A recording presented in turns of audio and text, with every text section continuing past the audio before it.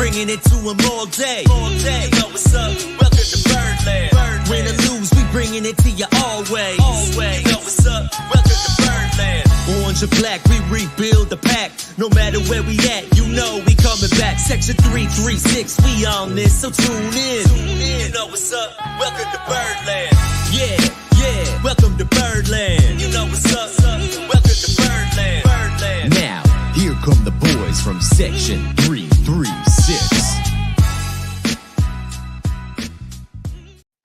Ladies and gentlemen, boys and girls, Baltimore sports fans of all ages, welcome to Section 336, the next generation of Baltimore Sports Talk. I am your endearing starring host, Matt Soroka. As always, I'm joined by the button lover, Josh Soroka. Hey, Matt, I don't know if you've been paying attention, but since our last show, the Orioles won 2 games in a row. It feels good, doesn't it, Josh? It did feel good. It feels good for a change, huh? It felt good on Friday night. Yeah. Was Friday the big win? It was the Tigers. Yeah, we won Thursday and then Friday. It was a back-to-back. Thursday was a nice afternoon game. That was the Santander walk-off. Yep. That felt real good. Like, all right, the Orioles are back. And then to tack on 7 runs the next night with quality pitching, it was, we're back, and we've got Westberg coming, and Urias coming, and Mountcastle coming. We're back. I felt great on Friday night about this team. Well, and the momentum continued to Saturday, right? We got behind, but then we came back. Yes. And we got 2 runs in the 9th, and there was run on third base with 0 or 1 out, and you thought, okay, this game is all but over. Was that when Jackson Holliday was on third? Yeah, and Josh and I will go to our grave disagreeing on what Jackson Holliday should do on that pop-up, but it's interesting. Well, I thought he should have not stayed on third. He did the right thing. He went off third base. I think he should have stayed on third. I think he should have stayed on third and been prepared to either run on the tag or run if it drops. Yeah. If he runs and it's dropped, the left fielder is going to pick him up and throw him out if he's standing on third base. That's my argument. So you assume they're not going to make a colliding catch. You assume that's a low probability catch. So you go halfway, not halfway, but a few feet off first. So you can. Yeah. And my thing is just to be a little bit more cautious because of the situation, because of it being late in the game, because you don't want to give up and out. You have an opportunity where if you don't score on this, you'll probably score on the next hit. Yeah. If this fly ball doesn't get you in, the next fly ball will. So I would stay tight. But no matter what on that play, I blame the third base coach. Because the third base coach is telling him to stay off the bag. He is not telling him to come back. I give credit to the third base coach, and you give blame to the third base coach. Sure. Yeah, blame. If it worked, credit. It didn't work, so it's blame. You play the probabilities there. I think the probability is he's not going to come down with that catch. I don't know. Because without the collision, is it a hard catch? Because my leaning is, and if there's no collision, if he tags, do you think he easily makes it home? No. I think it's a bang bang play, even if he tags. I think a tag, it's a bang bang play. Yeah. But I think that the fact that he had to go back, there was no point to go. Once you know you have to go back, you got to go back and stay. Yeah. This felt like I remember last year when we owned the Rays and we had that big series against the Rays to kind of clinch things, and there was that at bat with Adam Frazier, and he got down 0-2 and then hit the big double or whatever, and then I think Jorge Mateo had a big moment in that game as well, and it just felt like that's what this game could have or should have been, but wasn't. And kind of a sum up to how it's been the past couple of months here in Baltimore. Yeah, and 2 weekends in a row, we've played the Detroit Tigers, and they have been tight till the last out games. Well, Detroit loves us because we've kept them in the playoff hunt. We have, because they're 4-2 against us, 6 games. But the first game we lost 1-0. That's an irritating loss that you would think we could get 1 run. Next night, we won 4-2. Then we lost 2-4. So game back and forth, back and forth. Then this past weekend was the 7-1 we just mentioned, a 4-6, which was 4-6 sounds like you're down 2, but that was extra innings. And then the final 3-4 loss, which again felt like a game where we were getting men on base and just not getting them in. Yeah. And now we're all set up where the Tigers are coming in hot thanks to us, and we have a chance that might be the wild card matchup again. Is crazy. Yeah, if you had your because I think this is so interesting. Like, on the one hand, I'm ready for the playoffs because I'm kind of sick of the regular season. I'm hoping, by some miracle, the playoff team turns in a better performance than this regular season team. But the end here is pretty fascinating. I mean, in terms of the wild card, well, who would you want to play? Especially with the other teams. Like I sent you that meme earlier today that showed like Mets fans with the same record all excited and Oriole fans with the record just like head down, because it feels that way, because we were 24 games above 500 in July. We were on pace to lock this thing up 2 weeks before the season's over.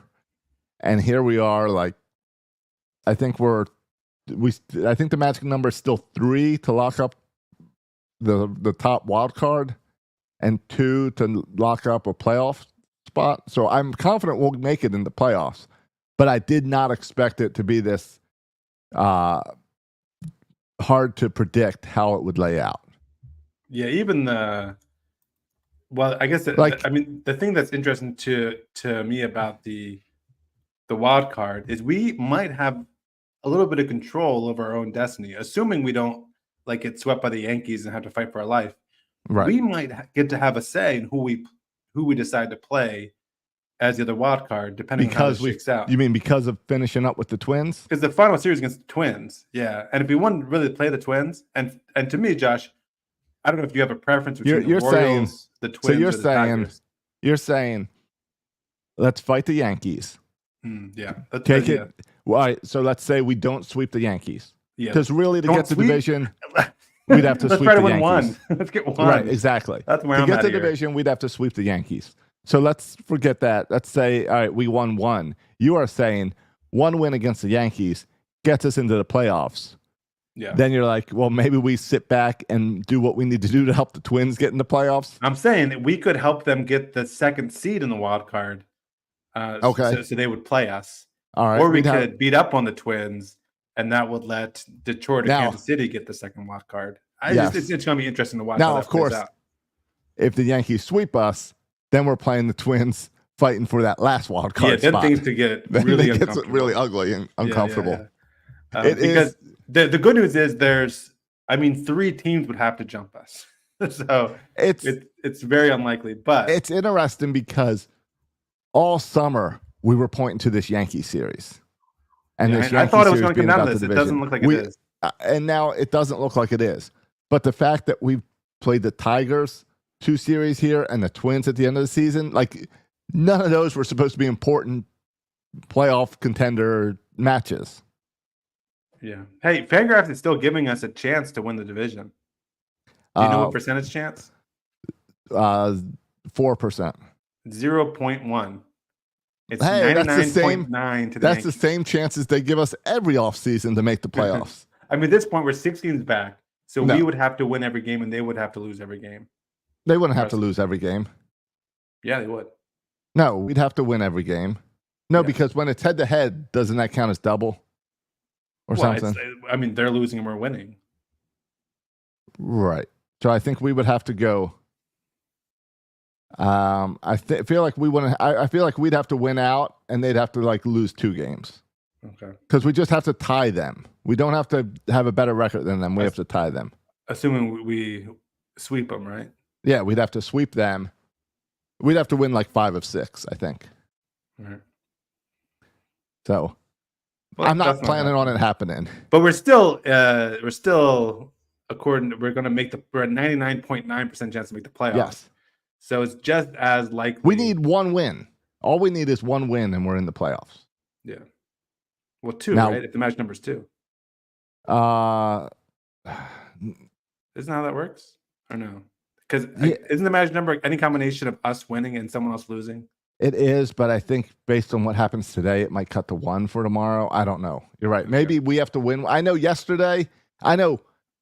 Saturday and Sunday, if we won and Seattle lost, we were in. Yeah, that felt a little bit weird to me. Like, where did Seattle come from? What do they have to do with this conversation? They are the last team in the wild card hunt. Yeah. So it knocks them out of it. I don't know what that has to do with Minnesota. Right, and how because I thought like Minnesota if plays into Detroit, that. like what if Detroit, KC, and Minnesota all pass us? Then we'd be in that, like not Seattle. So that's why I thought that was a little bit weird. I don't know how that works. I don't know. Yeah, I don't.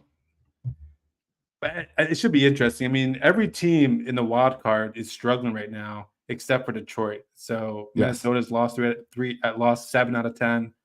KC has lost 8 out of 10, and then Detroit obviously is playing well. We've lost 7 out of 10. Yeah, and if you scan that out to the last 30, it's even worse for all those teams. Yes. Like no one's winning series. Yeah.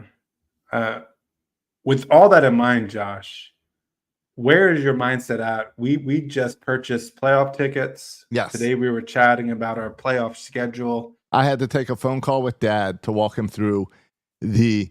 I feel like that meme of the guy from It's Always Sunny with the big map and all the lines and arrows. Yeah, Charlie, Yeah, with Charlie, because I'm there trying to explain to Dad how the color-coded calendar that I made works versus how the MLB.com brackets work, and trying to explain all together and trying to say, well, these will be the home games. This is what it looks like. And it's sure is complicated compared to if we would have just locked up the division like we were supposed to do. Yeah. And then I'm making plans with the ALCS, and I have conflicts with Emily working during ALCS if I want to travel up there. But I'm also like, I don't want you to cancel your work because I don't know. I mean, it's the ALCS. We got to get through the wild card and divisional round. Right. And so I don't know how optimistic I'm feeling about that. But I also know, listen, this is, I mean, you can be all depressed if you want, Baltimore sports fans. And it does feel like there is feels depression. It does. It feels bad. But we talked about this from day one. Mike Elias has talked about this from day one. Like, just build a team good enough to get in the playoffs and then roll the dice. See what you know happens. what this is? And that's where we're at. And we have good starting pitching and are hitting. Yeah, go ahead. The Orioles season as a whole, I think it was a great analogy that the Ravens performed that way yesterday, just like the Orioles. Yeah. Dominant for the entire game, the entire season, until that final fourth quarter where you let everyone back into the game. You give up 22 points, but still in the end you win it. You take care of business at the end. Yeah. You just get their fans that fourth quarter, that last month of Orioles season, you make things a little difficult. Well, if in football they played 5 quarters, the Ravens would have lost. And if in baseball the regular season went into October, we would not be making the playoffs. Correct. But thankfully, the time is on our side right now. But the good thing is the way timing works. The good thing is we played really well for the first part of the season, that we're up enough. And different analogy for the Orioles is Westbrook, Urias, Mountcastle back. We're getting healthy as we can be. Yeah. And you know what's interesting, Josh? I feel like this starting pitching staff. I am so excited. This is kind of like the best we've ever had, right? Can you think of a time where we've had a better?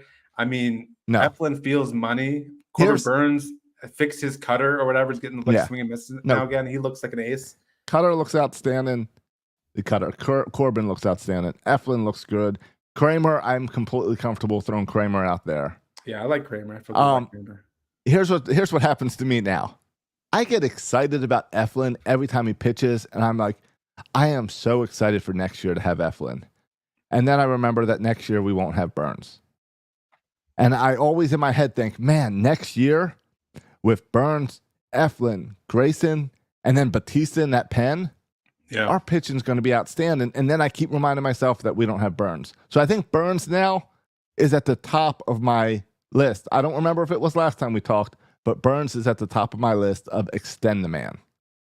I want to see him back next year.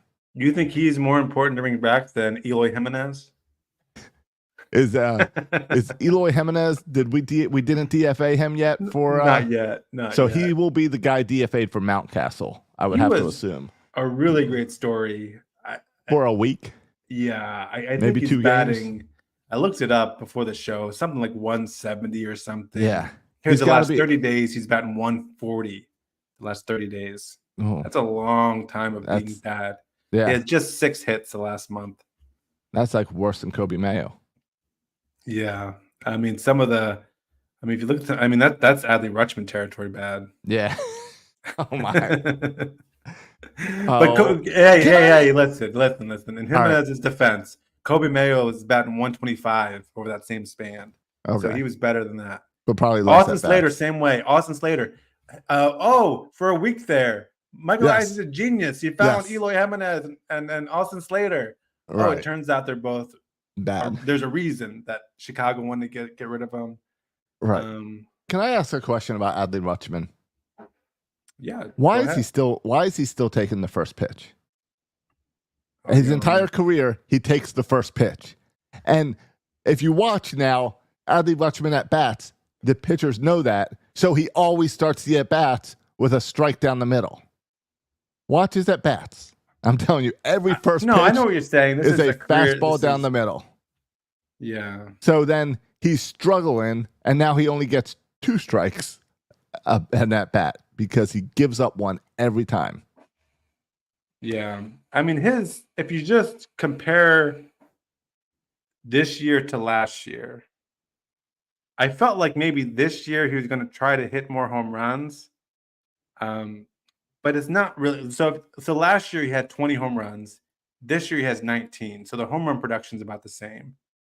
But if you look at walks, Josh, last year he had 92 walks. And this year he just has 57 so far. That's a big drop off.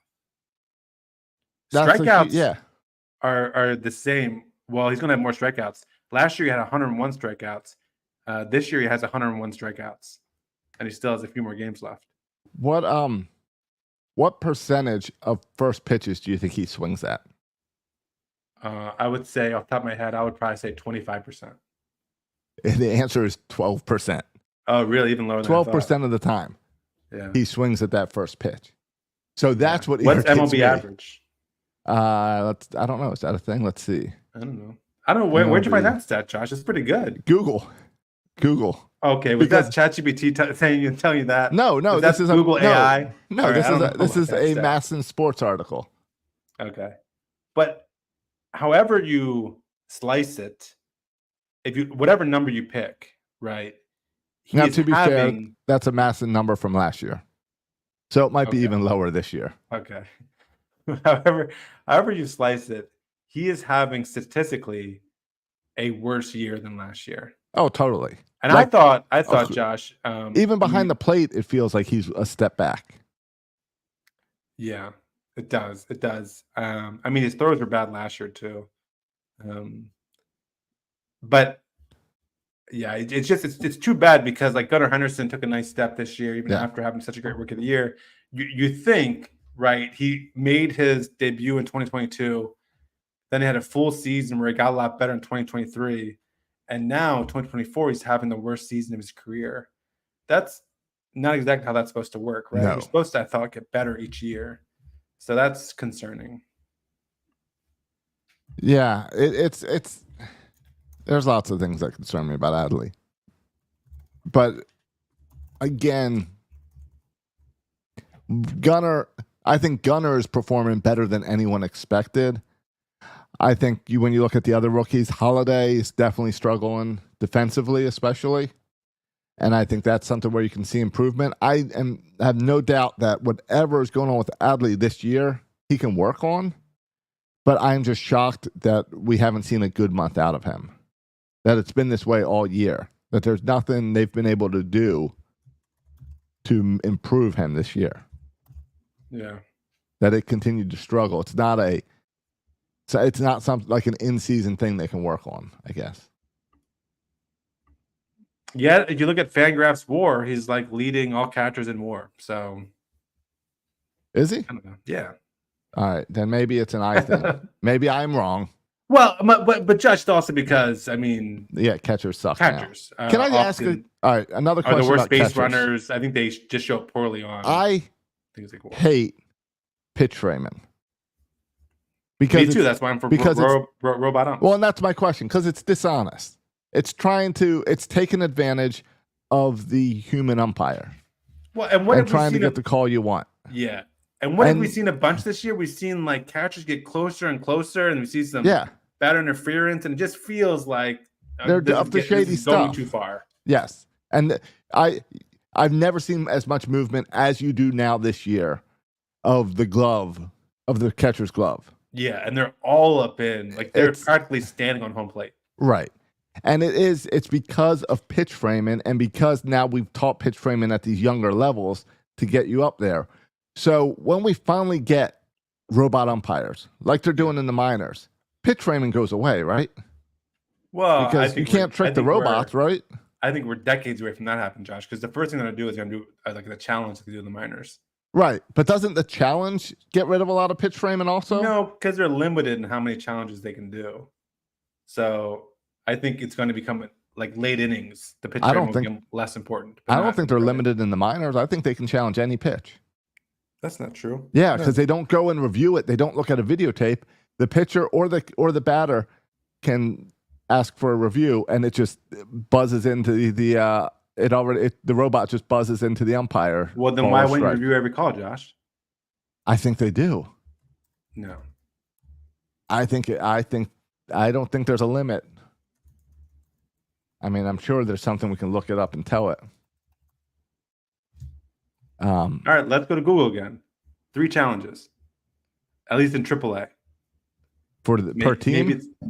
Yeah, per team. No, they get 3 unsuccessful challenges. So if you keep challenging, if you're correct, you get as many as you want. You get 3 unsuccessful challenges. That's why you don't challenge every pitch. Okay. You read it now? Still, it's not unsuccessful. It's not unlimited. It is if you're really good. If you're getting every call, you're right. Yeah. All I'm saying is that's got to affect pitch framing. And I hate pitch framing, and I hope that we get away from it. You just hate pitch framing because Adley's not as good at it as the other catchers. I think it is silly that we sit here and talk about how great catchers' pitch framing is when what pitch framing is cheating. Is trying to make your pitcher that sucks look better. It's not exactly trash can banging here, Josh. It's not no, it's skirting the rules. It's sign stealing. It's kind of sign stealing. Do you teach your catchers in Little League to frame, Josh? No. We can talk. You just have to catch the ball. We can talk. I shared on the Mike O'Mara show earlier this week about how I almost got in a fight with another coach. Yes, I didn't hear that. We can we'll talk about that later in the show. Okay.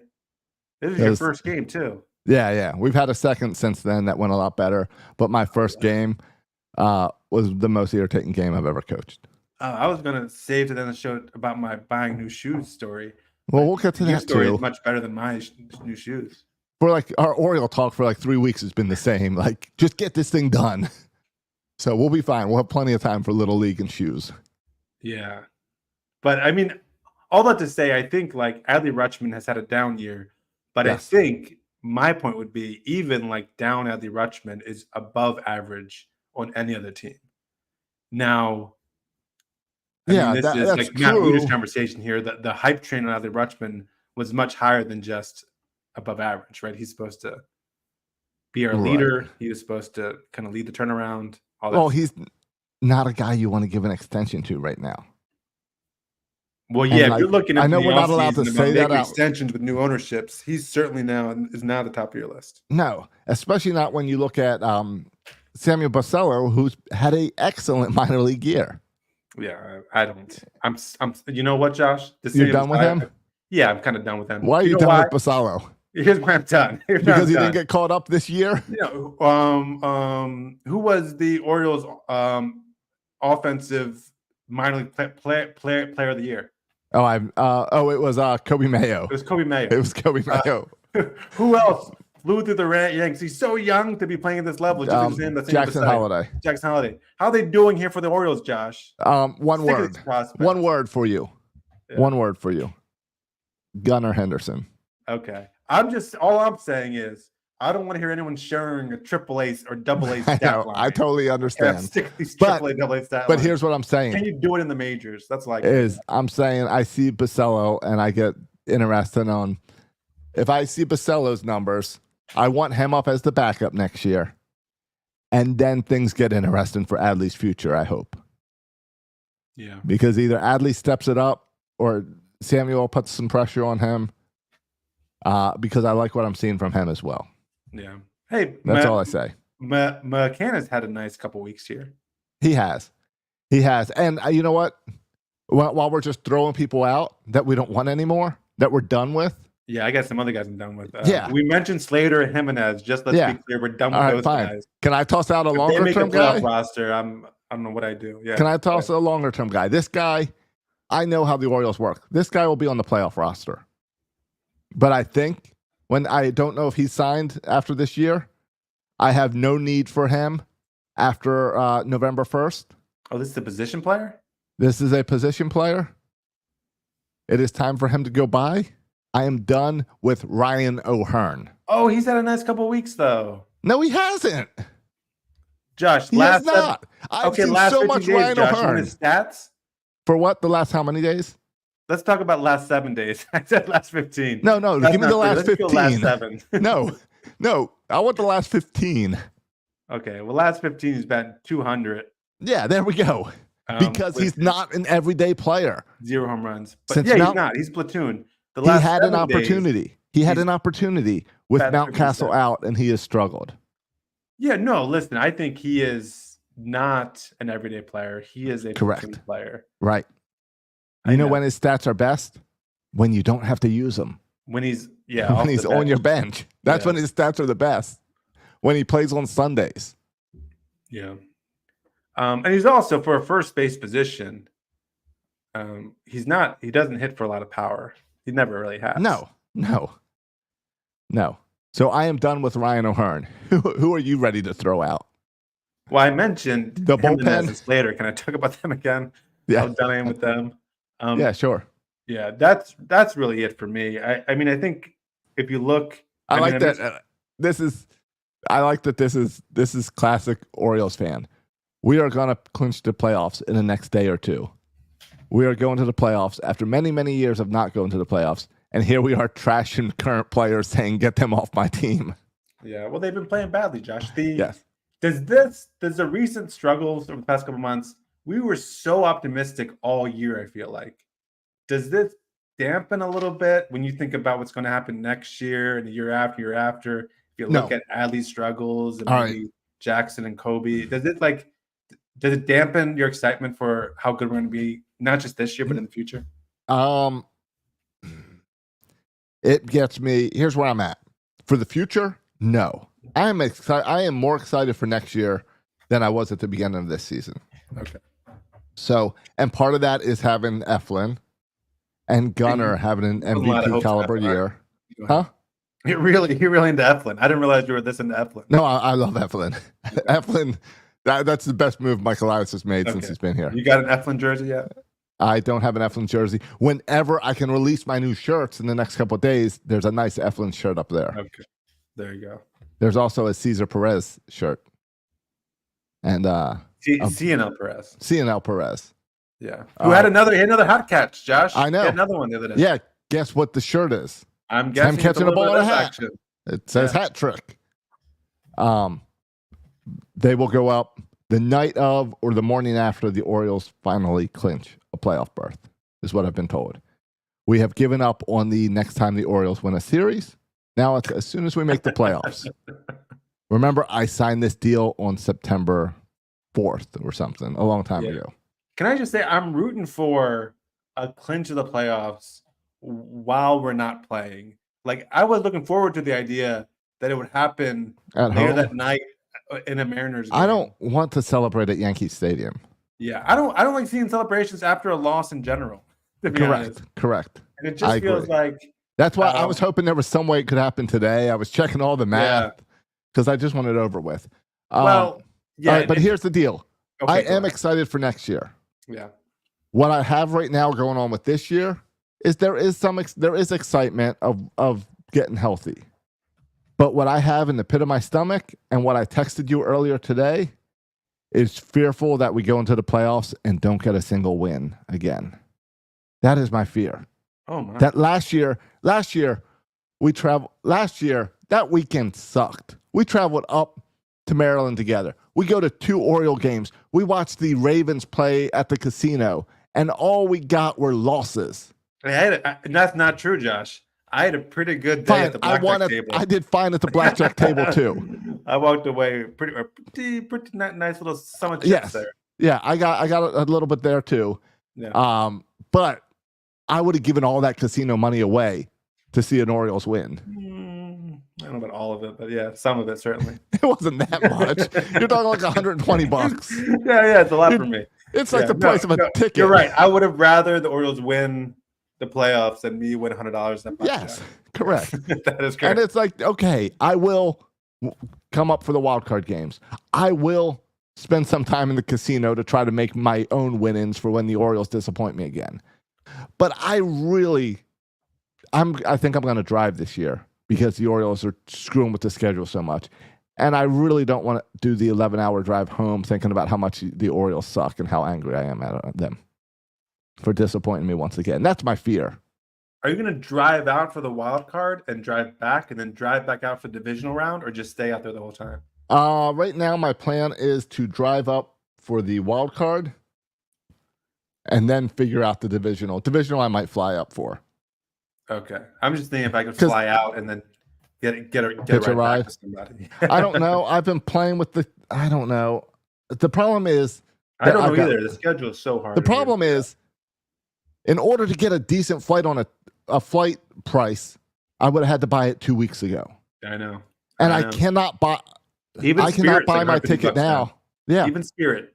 No. Yeah. Exactly. My $35 tickets are not here anymore. Right. And I can't buy my ticket now because who knows? Those wild card games might be away games. We don't know. And I would love to go to Game 3, but if we don't win, how are you? You brought this up earlier today. Earlier today, you said I'm only going to Game 3. That's what I'm. How is that going to work for you?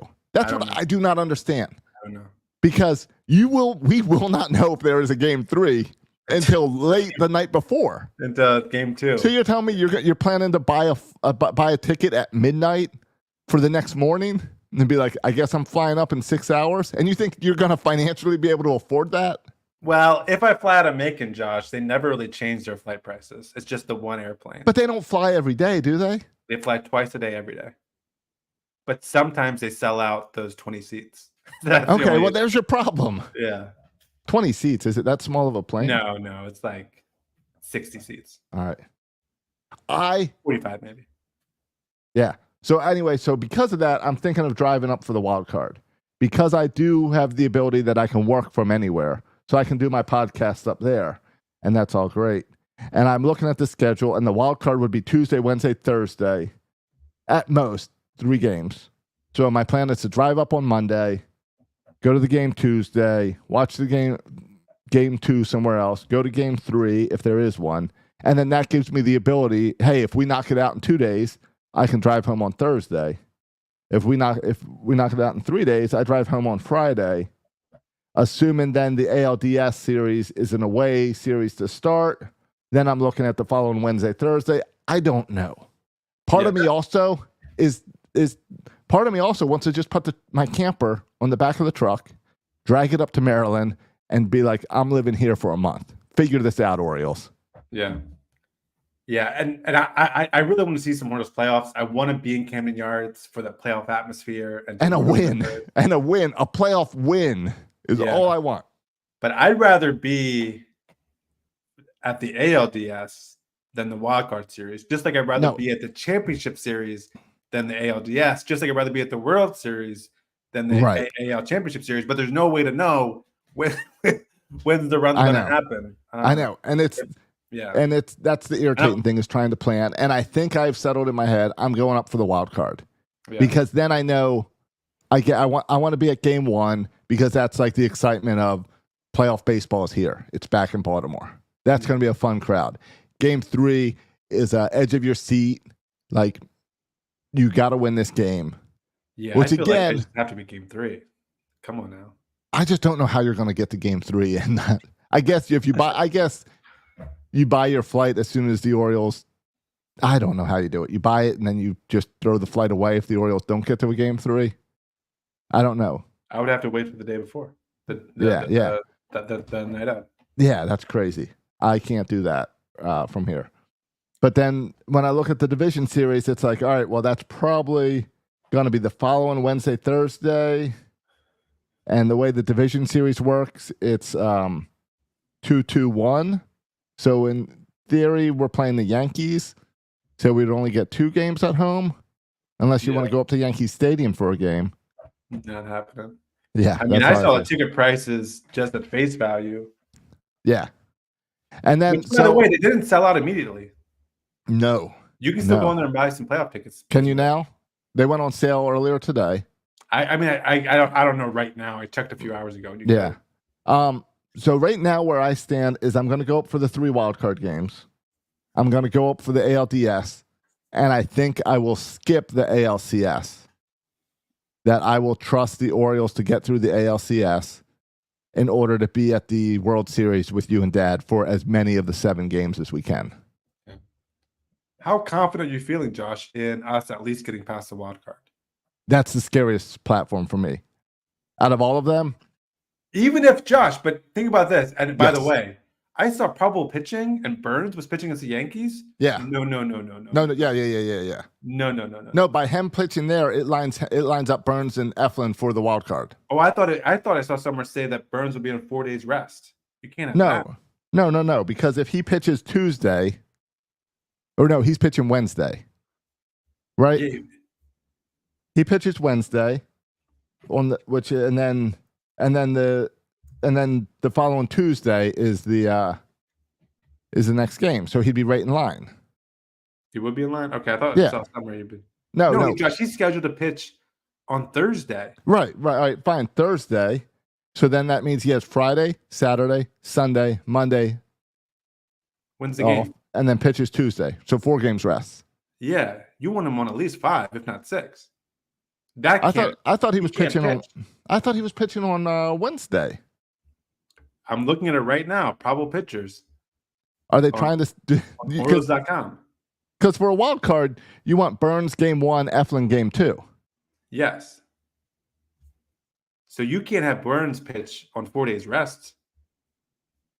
You need to have him on 5 or 6 days rest. What are we've got to be missing something here. Maybe he's out there's going to throw like a side session. I'll throw 2 innings and then get him out.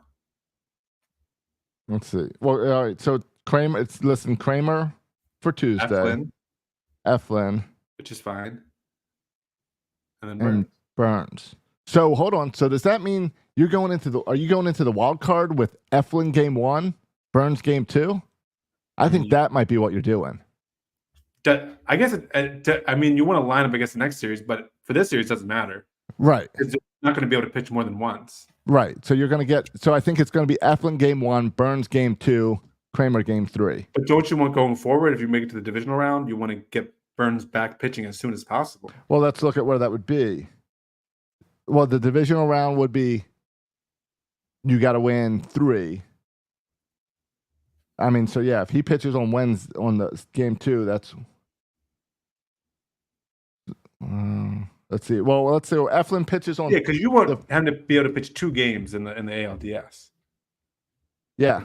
If you're the Orioles, Burns. Well, you're going to pitch Eflin game 1, Burns game 2 of the wild card, and then you would set up to do the same thing, game 1 and game 2 of the ALDS, which would cut you down to 3 days rest.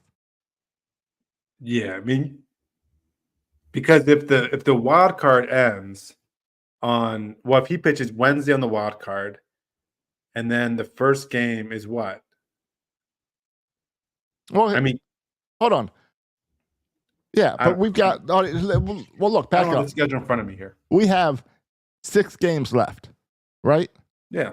We have 5 pitchers. Right. So, however this rotates through, it would be Burns back up. Right, I'm saying because right now it's normal. No, I'm saying you stick on normal order. All right. Yeah. Hear me out. You stick on normal order. We've got 6 games left. Our 5 we start with Kramer.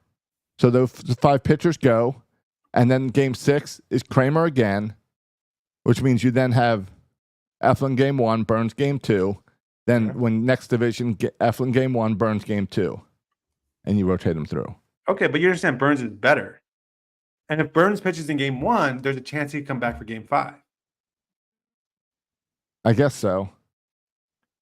And so that's why you want your ace pitching in game 1. Yeah, I guess so. I always think there's no difference between game 1 and game 2, but for the 5-game series, you're right. You wouldn't bring him back for game 4. You want to go with just 3 pitchers, right? It's been such a long time since we've had quality pitchers that I have to look. Would you bring Eflin game 1, Burns game 2, Eflin game 4, Burns game 5? Because there's a day off, right? You get a day off for traveling, right? Yeah, you get a day off before the ALDS starts, and then you get a day off after game 1, and then you get a day off after game 2, and then you get a game off after game 5. So they space it out enough that I think you're okay. So you would pitch, Eflin Burns would pitch Tuesday, Wednesday, then they would pitch Saturday, Monday, and then they would pitch Thursday, Saturday? No. Okay, we can stop talking about this. There's a reason why usually the best pitcher pitches on game 1. Yeah. Well, they're trying to line up, and I guess the decision is who's our better pitcher, Eflin or Burns? Yeah. Okay. No. And I think the answer is Burns. Yeah, I don't think. But I think recently it's been Eflin. Okay, I don't think that's true. And I don't think it's even close actually. But let's see what happens, because if Burns does in fact pitch on Thursday, I'm curious to see. Like, maybe he'll just throw 2 innings, and in that case, he can come back fine in 4 days. Yeah, and maybe you're right. Maybe they just do a light. I was surprised he pitched as long as he did against the Tigers with a big lead. Like, I was saying, take Burns out of there. Rest the dude. Well, speaking of the Tigers, can I tell you that I am tired of the opener? Make these starting pitchers pitch 5 innings. Yeah, the openers is dumb. Because the Tigers did that twice to us, and then maybe even 3 times. And poor Hyde doesn't know what to do with his lineup when they do that. Hyde doesn't know what to do. Hyde's like left, right, left, right, left, right. Poor Hyde. Hyde built his whole life around the left-right matchups, and he just pulled a pitch at the first. And inning. He's sitting there being like, "Wait, I can pull pitchers this early." Yeah, but he can't. He can't do a pinch hitter the second inning, so he's like, "Oh shoot, I'm stuck now with my lineup. Can't do a pinch hitter the second inning." Yeah, I'm still out on Hyde. Well, all right. We'll see what you're still saying that once we sweep I'm just saying the wild card. And the Norfolk season's over. Get Buck up on that bench. All right. I don't know if that's allowed, but that's what I would do. Yeah, I think this is. I saw someone. Pressure's on for Hyde in the playoffs. I think. I saw a 336er sent a message over on our Discord and recommended that Buck Britton comes up to Camden Yards and calls a players-only meeting. That he becomes the leader of the clubhouse, which is a funny concept considering I did like that, but it's also funny when you know how Adley and Gunnar and Kobe and Jackson Holiday are all close to this guy. Yeah, well, Kobe's not there anymore. He was sent down, but okay. Yes, correct. At the time, he was here. Yeah. I'm really excited that Westberg and Urias are back. That's my big positive takeaway and my big hope for the future is seeing those guys come back and get hits. Yeah, I agree. It's a big deal that they're back. Yeah. Because now I can do lefty-righty stuff with Urias and Holiday. So I'm sure he's pumped about that. Yeah. Holiday was having to play against all lefties. Holiday will never play against another lefty in his life now. Right, not for the rest of the season. And so Hyde's happy about that. Yeah. Sure. Is he Mayo is not playoff roster. Is Holiday playoff roster, Josh? Holiday is playoff roster. He is playoff roster. If Mateo was still healthy, it'd be difficult. Yeah. But Holiday is playoff roster. The stats for Holiday still aren't very good. No, they're not. Yeah. They're not. Lot of big deal being made of him missing that ball hit up to second base. Yeah. Which the broadcasters tried to say, oh, it's a hard play. It wasn't a hard play. He just missed it. And enough of that I saw Rock write an article about interviewing like one of the coaches about how they see he's going to win a Gold Glove at second base one day. Oh, I saw someone tweet that based off how he turned a double play. Yeah. Based off how he turned a double play, I see a Gold Glove in his future. Don't let that one mistake bother you. Yeah. Listen, I think at 20 years, I think Jackson Holiday will turn into be an above average infielder. I agree. I just hate the protecting the kid Yeah. Like, let's let him Like prove it. we need to come up with justification for Yes, we right. need to soften the blow here. Exactly. Let's just be real and not just praise him because he's Holiday. Yeah. I think there's I mean, we don't need to call him a bust yet. That would be No, ridiculous. that's that's ridiculous. And we don't need to Is Kobe Mayo a his bust? weaknesses. Are you calling Kobe Mayo a bust? I'm just saying, just send them all by the AAA and let us run Norfolk. Let's just win the championships in Norfolk because it's just not happening with the Orioles. So let's just dominate AAA. That's what I'm saying he got his experience. Kobe, I love you. You better come ready to play in February. Yeah. I mean, Josh, there's no way around it, though. We were planning on, I think Elias was planning on, Orioles fans were planning on Next year. these guys coming up this year and being positive contributors. Oh, I don't know. Right? Well, I was. Holiday, I thought yes. Jack Holiday was going to be the rookie of the year. Yes, Holiday, did. yes. Holiday was on that opening day roster. Or like a week and after Mayo's opening day. expectations were pretty high, too. He was. Was he this year? Yeah, he was. He was. Yes. He was the guy who was doing too much in AAA that he was banging the door. Yes, you are right. Holiday and Mayo were supposed to make impacts. Did your boy make enough of an impact this year, Mr. Silent J. Kirstead? I think he's been. If you look at those three, he's been the best of the bunch, right? I think so. As far as I think he's been fine. I'm not excited about him replacing Santander, but that says a lot more about Anthony than Kirstead. Yeah, I mean, Kirstead, I think he's played really well. He's had the weird injury. The home runs, I thought would have been more. Power. I think he's been hit by pitches more than anyone else on the team. Yeah, the ball hit by just pitches a lot. Magnetically attracts him. Yeah, I mean, if you look at his on base percentage, actually, part of because I'll get hit so much is 369. I love it, and that puts him, Josh. Oh, I don't know, highest on the team. How about that for OBP? For OBP. All right. Maybe I'll look at hit. He's about I like it. 261. He only has the 3 home runs, but again, he's only played in 35 games, so that's part of it. But yeah, I've been happy with what I've seen with Kirstead. All right. So I would like to see the home runs and doubles kind of go up. Do you think next year Kirstead's an everyday player? I think he should be. I think he is. Depends who's managing. If it's Hyde, he's still platoon. What's the all right?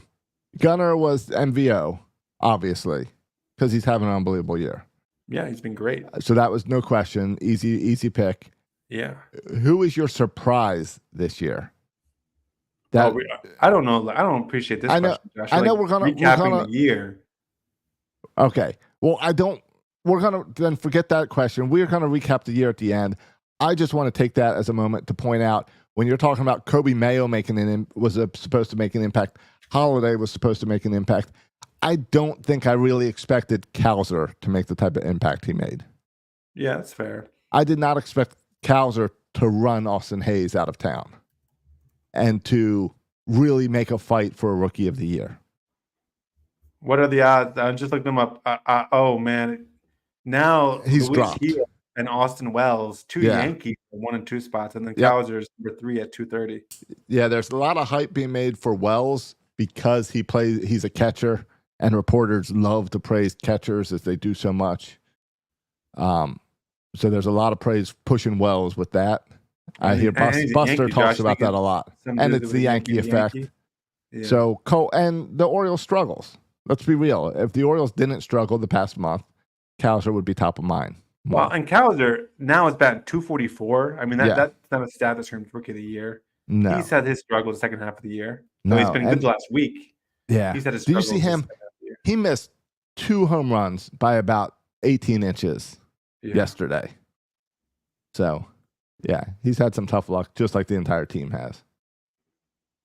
Yeah, but he's been good. Like he's been the bat well right now. Yeah, that's been one that when we talk about young guys contributing, I did not expect that from him. Yeah.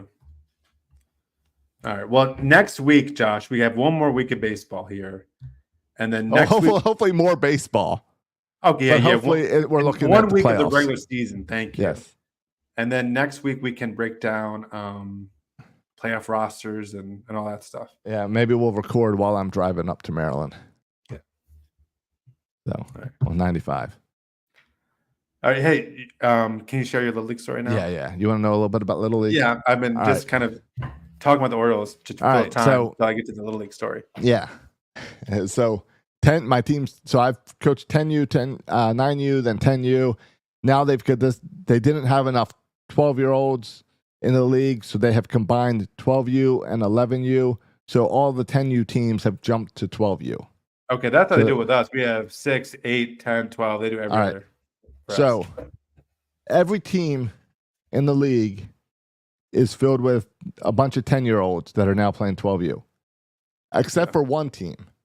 One team is full of 12-year-olds that played 12U for like the past 3 years. Oh, yeah. They're like, we're just going to run this thing. The big step between 10U and 12U is it's real baseball. They always talk about it real baseball, which means it's open bases, so you can take a lead. You can steal anytime you want.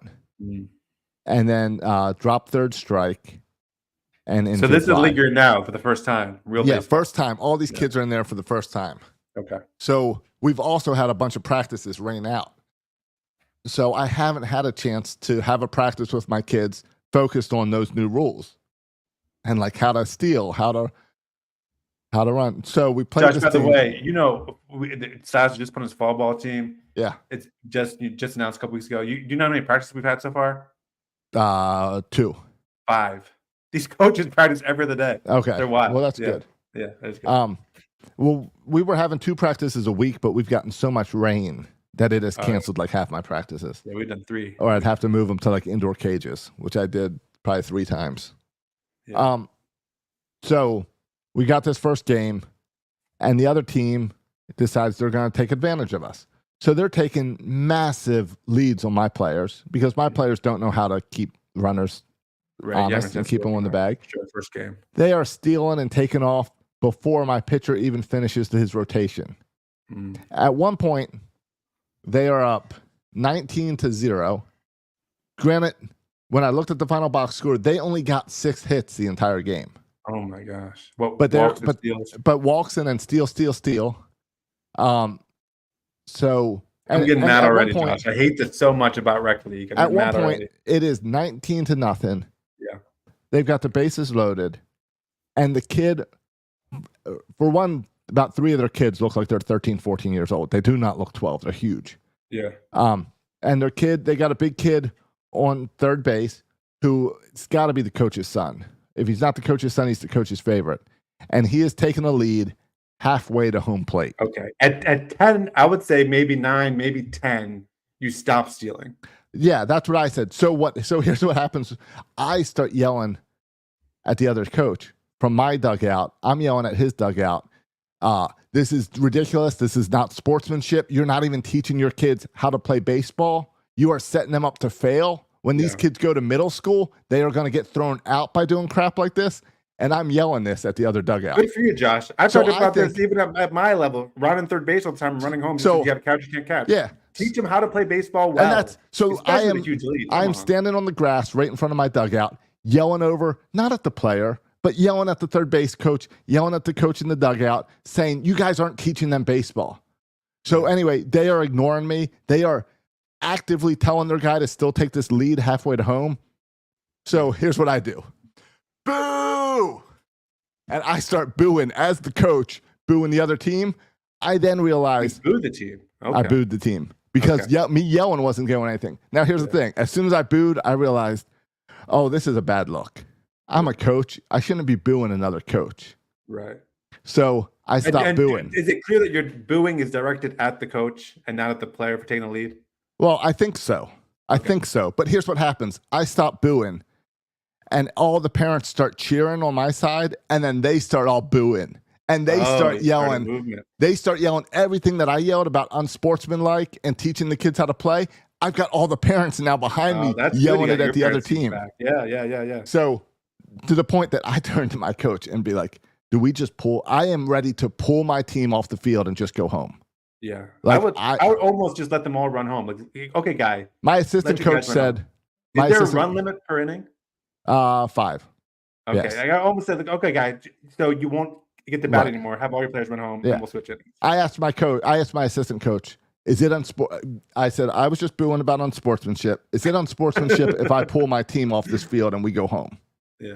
And he told me, he goes, I don't know, but there's only 15 minutes left. Why don't we play it out? And I said, okay, we'll play it out.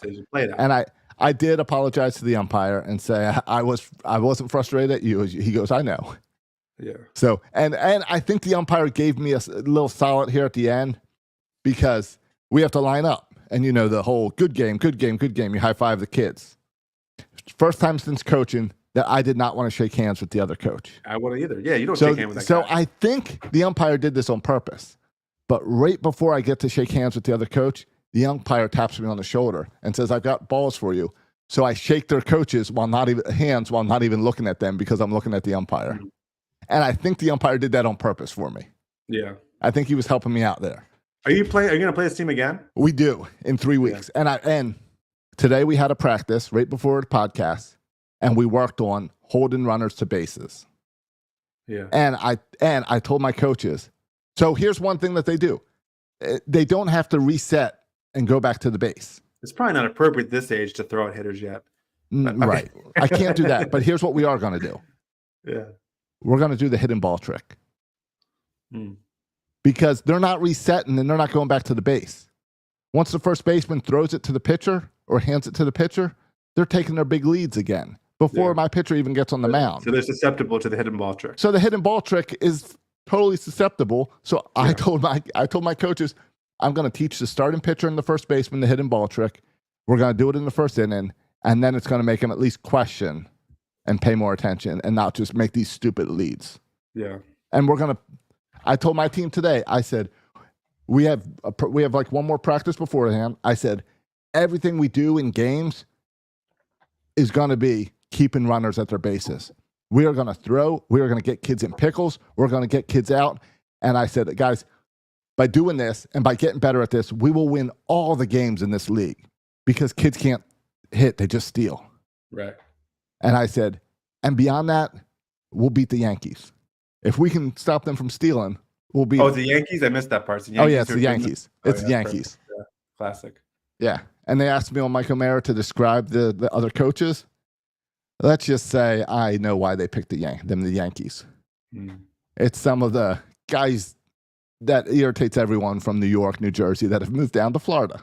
Is it one of these Yankee fans that they might at least you can hold the Ravens victory because they're also Cowboy fans? At least you can be pumped.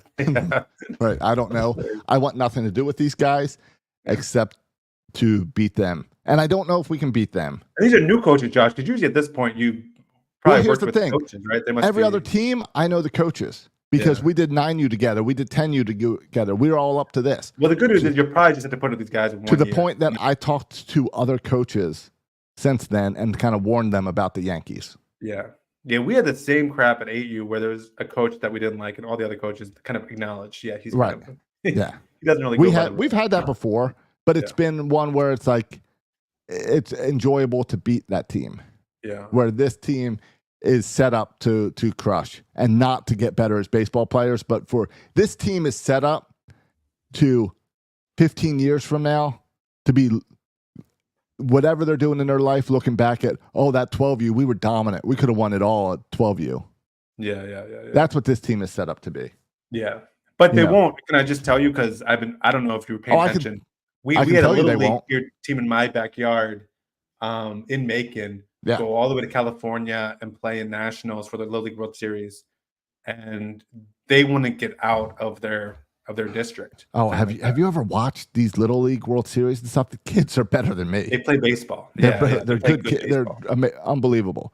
And that's the Little League to me, Josh. That's where it's always.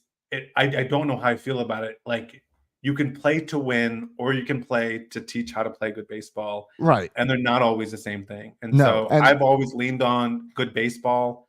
That means sometimes you don't take extra base. That means sometimes and work on fundamentals. I think teaching good coaches who just play to win. I think teaching good baseball teaches you to love the game and love the little parts about the game. I'll tell you, almost like a different sport then, right? Yeah. When you just Well, doing and it, this it's not this even other team, baseball anymore. right? This other team that's just trying to steal. It's more like they're playing a game of tag or something. Yeah. And you know how I know they're not going to get anywhere? They're playing rec ball. None of those kids made the travel team. Yeah, that's the thing too. Like this is rec ball. This is fall rec ball. This isn't high school even. Right. Right. This is rec Right. ball. It's fall rec ball. Get over Yeah, yourself. no one cares how many games you won. Nobody cares. Yeah. But we're going to get them out. And the hidden ball trick's going to embarrass them. Yeah. Even if, that should be the goal. Not even winning, just a little bit humble pie. A little bit of humble pie. It's why my team is going to perfect the keeping runners on bases. Yeah. All right. So thanks for sharing that story. That makes me happy that you booed an opponent. I did. I booed the opponent. And the Yankees. Yeah. It was that makes me happy. Yeah. You know, I'm glad your parents and fans got your back too. Oh, me too. And that happened on Tuesday night, I think. And then that was the conversation Saturday at Picture Day that all the parents wanted to come up and talk to me about that experience with the Yankee team. Really? But all as in they've got my back. Yeah, that's cool. So that was good. Yeah. So you got some new shoes? Yeah, I mean, we're running out of time here. I just think I haven't bought shoes in, like, when was the last time you went to the shoe store and got new shoes? Well, I take the kids to get shoes. Okay. But for myself, I don't know. I bought a pair of Hey Dudes about last summer. Okay. Was it this summer? No, last summer. Last summer I bought a pair of Hey Dudes. That's probably it. Okay. I think it's 2 years ago, someone bought me shoes for Christmas. And I have those. Other than that, I think it's been like, I seriously think it's been like 10 years since I've gone out and bought shoes. I look at shoes, I see commercials for shoes, and then I look at the price of shoes, and I'm like, I'm not paying $120 for those shoes. Yeah, I was, and I feel like this. I don't go out in the world much, Josh. Like I know how much alcohol costs. I know how much coffee costs. I know how much gas costs. Right. Other and than I know that, every time and I know every world, 2 weeks all that stuff doubles in price. Yeah. Every time I go out in the world, I'm blown by how much. And shoes is the same way. Josh, what happened to Payless? Didn't there used to be a store called Payless? Yes. Where we would go to get shoes. Yes. And we could spend $20 for a pair of shoes. Yes. Now I went to this designer shoe warehouse. Yeah, DSW. Okay, fine, whatever you call it.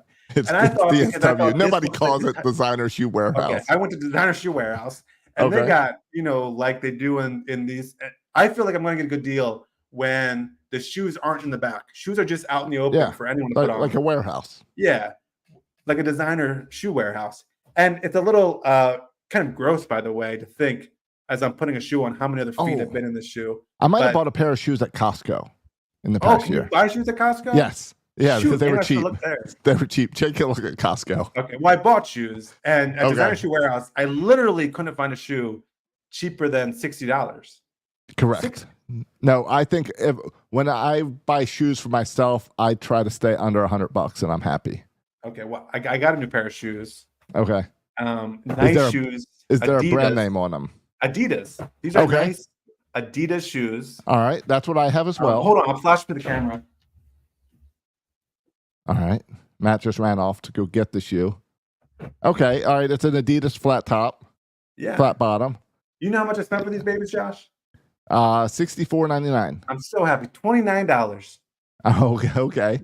31 with tax. All right. They had the little clearance rack. This was not a Designer Shoe Warehouse. You know where I went to? Foot Locker, Josh. Foot Locker. Foot Locker. Okay. Yeah, they had a little. They didn't call it a discount section, but they had a little section with a bunch of sale tags on the shoes. Okay. I said, "Oh, let me check out those babies," and they still have it where you go in the back and they get the shoe for you, tell them the size, and they didn't have my right size, but I had an approximate size, and I said for $29, I'll get a size that's close to my size. Did you go a size up or a size down? It's one size too big, but that's okay. That's better. That's okay. You can stuff some things in there. Well, I'm not stuffing my shoes. Roll up a pair of socks and put it in there. They fit. I just tie them tighter. They size down. You were going to get me if you were trying to cram your foot into it. For $29, I might do it. I mean, it was hard to find a good deal on the shoes, but I feel good about the shoes though. And tell you what, Josh, my shoes are so worn down. They're literally just falling apart. I feel like a brand new man when I wear shoes that actually are like, still have their soles in them. At one point, I had a pair of bright red shoes, and it was because they were on the clearance rack for $10. Yeah. So I was like, Sometimes those will work. Yeah. Josh, do you have any more of those shoes with the individual toes? I know you had those for a little while. I do not currently I didn't have see any of of those. Are those not a thing anymore? I don't know. I'm not sure. Okay. No. All right, 6 more games to go. Yep. We just gotta survive in advance. Let's Survive. just make the playoffs. Please go from there. make the playoffs. Yeah. And when the Orioles make the playoffs, please check out all the social medias. I'll let you know. But please go over to Breaking Tea and support me with Birdland Sports. I want to make a really good impression. And it just sucks the timing that it's going to be right when we clinch the playoffs. But there'll be a lot of excitement around clinching the playoffs. There will be excitement. Yes. And Breaking Tea can get the shirts to you a lot faster than I could. So hopefully in time for those games. Yeah. And I think there's some cool new designs. So I'll promote that on all our social medias. Please help me out. All right. Cool. So look forward to that when we clinch, whenever that magic day happens. Hopefully tomorrow. Hopefully. All right. Let's get out of here. Follow us on all social media platforms. Twitter, Instagram, TikTok, we're everywhere. YouTube. If you haven't written a review for the show, go ahead to Apple Podcasts, give us 5 stars and write us a review. It helps other people to find the show. We appreciate that. You can follow us on Twitter. You can follow me at Section336, and you can follow Josh on X at Josh Soroka. Thanks for listening, boys and girls. And as always, go O's. Beat the Yankees.